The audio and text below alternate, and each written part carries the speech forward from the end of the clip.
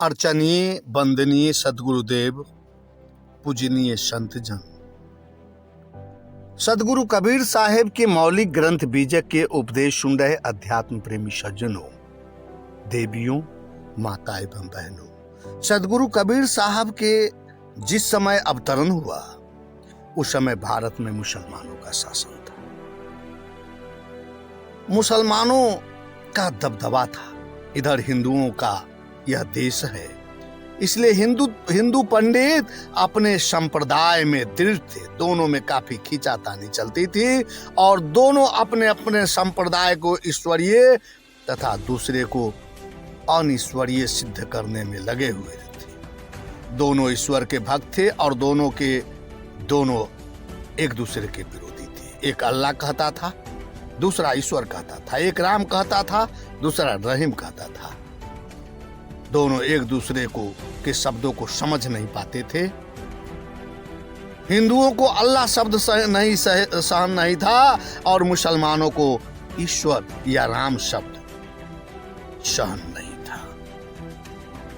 संसार में जमीन, रुपये एवं स्त्री को लेकर इंसान का जितना खून बहाया गया, ईश्वर को लेकर उससे कम नहीं खून खराबा हुआ। यदि कहीं व्यक्ति ईश्वर बैठा होता तो क्या अपने भक्तों को इतना भी नहीं रोकता कि वे इतनी मूर्खता का काम न करे? व्यक्ति ईश्वर कुछ नहीं, विश्व के अपने अनादि नियम है जो अनादि स्वचालित है। आइए सदगुरु कबीर साहब के बीजक ग्रंथ के शब्द 30 का संक्षिप्त विवेचन प्रस्तुत कर रहे हैं, जो सदगुरु कबीर साहब का दुर्लभ उपदेश सर्वधर्म समन्वय पर दिया गया है कि ईश्वर एक है तो धर्म अनेक क्यों है। तो आइए पहले पद को सुनते हैं। सदगुरु कबीर साहब कहते हैं, भाई रे दुई जगदीश कहाँ ते आया, कहूँ कौने बौड़ाया। अल्लाह राम करीमा के सब हरि हजरत नाम धराया। गहना एक कनक ते गहना, या में भाव न दूजा। कहन सुनन को दुई कर थापे एक निमाज पूजा। वही महादेव वही मोहम्मद ब्रह्म आदम जो कहिए, को हिंदू को तुरक कहावे एक जिमी पर रहिए। वेद किताब पढ़ाए का कुतबा, वह मौलाना वह पाड़े। बेगर नाम धराए एक मिट्टी के भाड़े। कहाई कबीर वह दोनों भूले, राम ही किन्हू न पाया। एक हंसी वह गाय कटावे, बाद ही जन्म कमाया। सदगुरु कबीर साहब कहते, भाई रे दुई जगदीश कहाँ से आया, कहूँ कौने बौड़ाया। कि तुम्हें कौन बौड़ा दिया, कौन पगला दिया कि दो ईश्वर इस संसार में आ गया। अल्लाह और राम, करीब और केशव, हरि और हजरत नाम धराकर ये ईश्वरों की भीड़ किसने जमा कर दी। एक सोना है और उसे अनेकों प्रकार के कान में के, नाक में, पैर में तरह तरह के आभूषण बनते हैं। लेकिन आभूषण भले ही अलग अलग हो, उस आभूषण के नाम भले ही अलग अलग रखा जाए, लेकिन सब में तो एक ही तत्व सोना ही है। इसी प्रकार कहने सुनने के लिए दो मान्यताओं की स्थापना कर ली गई, एक नमाज और एक पूजा की। परंतु इसमें मूलतः दो भाव नहीं है, दोनों का सार एक ही है। मन को कोमलता, मन को निर्मल बनाना, भाईचारे स्थापित करना। कहते हैं कि वही महादेव वही मोहम्मद ब्रह्म आदम जो कहिए, को हिंदू को तुरक कहावे एक जिमी पर रहिए। हमारे लिए जैसे, हिंदुओं के लिए जैसे सरदे महादेव और ब्रह्मा है, वैसे ही मोहम्मद तथा आदम होने चाहिए। और जैसे मोहम्मद तथा आदम है, वैसे महादेव तथा ब्रह्मा होने चाहिए। सभी मानव एक ही जमीन पर रहते हैं। फिर यहाँ किसको हिंदू कहा जाए, किसको मुसलमान कहा जाए। सदगुरु कबीर साहब यहाँ सर्वधर्म समन्वय पर बहुत ही सुंदर उपदेश दे रहे हैं। कहते हैं कि गहना एक कनकते गहना, या में भाव न दूजा। कहन सुनन को दुई कर थापे एक निमाज एक पूजा। सोना एक धातु है, उसे कंगन बना लो, कंठा बना लो, कुंडल बना लो, करधन बना लो, तरह तरह के गहने बना लो, लेकिन मूल रूप में सबके अंदर एक सोना ही है। इसी तरह कोई प्रार्थना करता है या कोई पूजा करता है, सबका सार एक ही हुआ, मन को विषयों से हटाकर पवित्र अवधारणा में लगाना, मन को कोमल एवं साफ बनाना। नमाज, पूजा एवं प्रार्थना करने के बाद यदि उनके करने वाले के मन पवित्र न हो तो कोमल, सज्जन, ईमानदार और सदाचारी न हो तो उन्हें कोई अच्छा नहीं मानता। मूल्य पूजा, नमाज एवं प्रार्थना का नहीं है, मूल्य है मानवता का, इंसानियत का। आदमी कैसा पागल है, वह पूजा, नमाज एवं प्रार्थना को भी लड़ता है। पूजा की शंख ध्वनि से मुसलमानों की नमाज खराब हो जाती है तथा मुसलमानों के आजान से हिंदुओं की पूजा खराब हो जाती है। कहते हैं कि सबके भीतर एक ही समान ज्ञानमय चेतन एवं आत्मा विद्यमान है।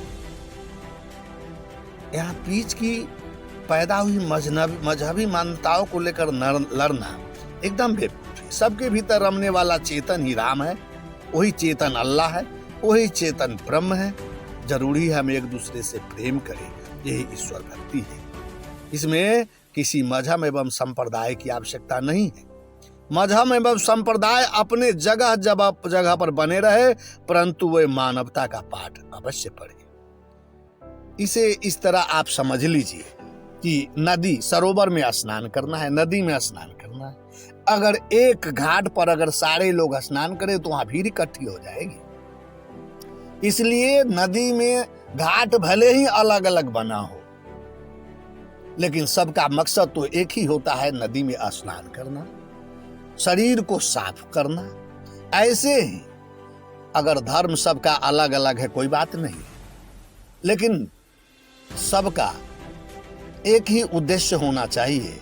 सभी धर्मों का एक ही मूल मंत्र होना चाहिए, मन को पवित्र करे, मन को साफ करे, मन को निर्मल करे और मानव धर्म का पालन करे। कहते हैं कि वही महादेव, वही मोहम्मद, ब्रह्म आदि जो कहिए, यहाँ महादेव और मोहम्मद के व्यक्तित्व एकता की बात नहीं कही जा रही। यहाँ महादेव एक व्यक्ति है, मोहम्मद एक व्यक्ति है जो कभी न कभी श्रद्धेय रूप में यहाँ आए थे। तो सदगुरु कबीर साहब कहते, यदि तुम महादेव के प्रति श्रद्धा रखने वाले हो तो मोहम्मद को भी श्रद्धा की निगाह से देखो। यदि तुम मोहम्मद के प्रति श्रद्धा रखने वाले हो तो महादेव के प्रति श्रद्धा रखो।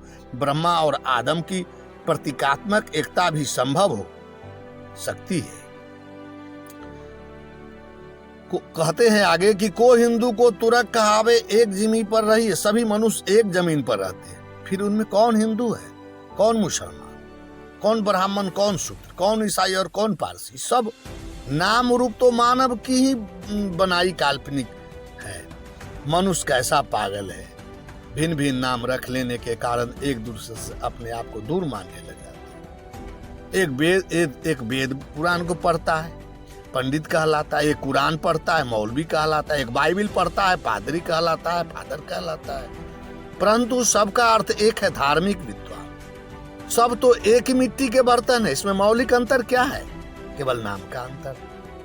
लोग एकता में अनेकता देखने के आदी हो गए हैं, वो अनेकता में एकता देखने का ध्यान ही नहीं देते। दोनों की महती भूल यह है कि एक देवी देवता के नाम पर बकरा, मुर्गा, सुअर आदि निरीह प्राणियों का वध करता है, दूसरा ईश्वर को खुश करने के लिए गाय, ऊंट, बकरे आदि काटता है।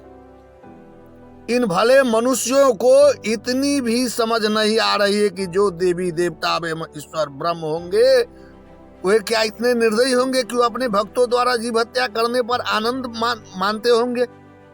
किसी को पीड़ा देने से यदि कोई खुश होता तो वह देवता हो सकता है। सदगुरु कबीर साहब यहाँ सर्वधर्म समन्वय पर बहुत ही सुंदर उपदेश प्रस्तुत कर रहे हैं।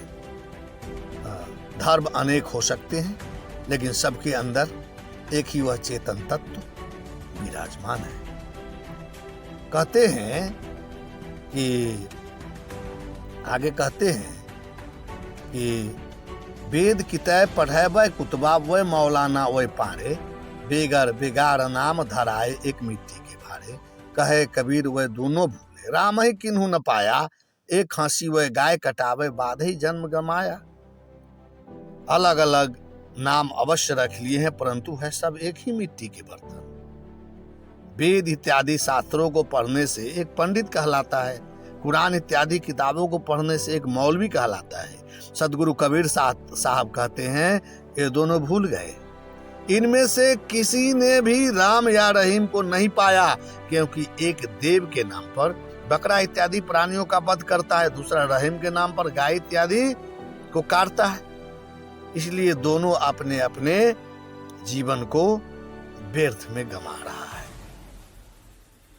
यहाँ सदगुरु कबीर साहब सर्वधर्म समन्वय पर बड़ा सुंदर उपदेश प्रस्तुत किया है। इसलिए मनुष्य का एक ही धर्म है मानवता। साहब बंदगी, साहब बंदगी, साहब बंदगी।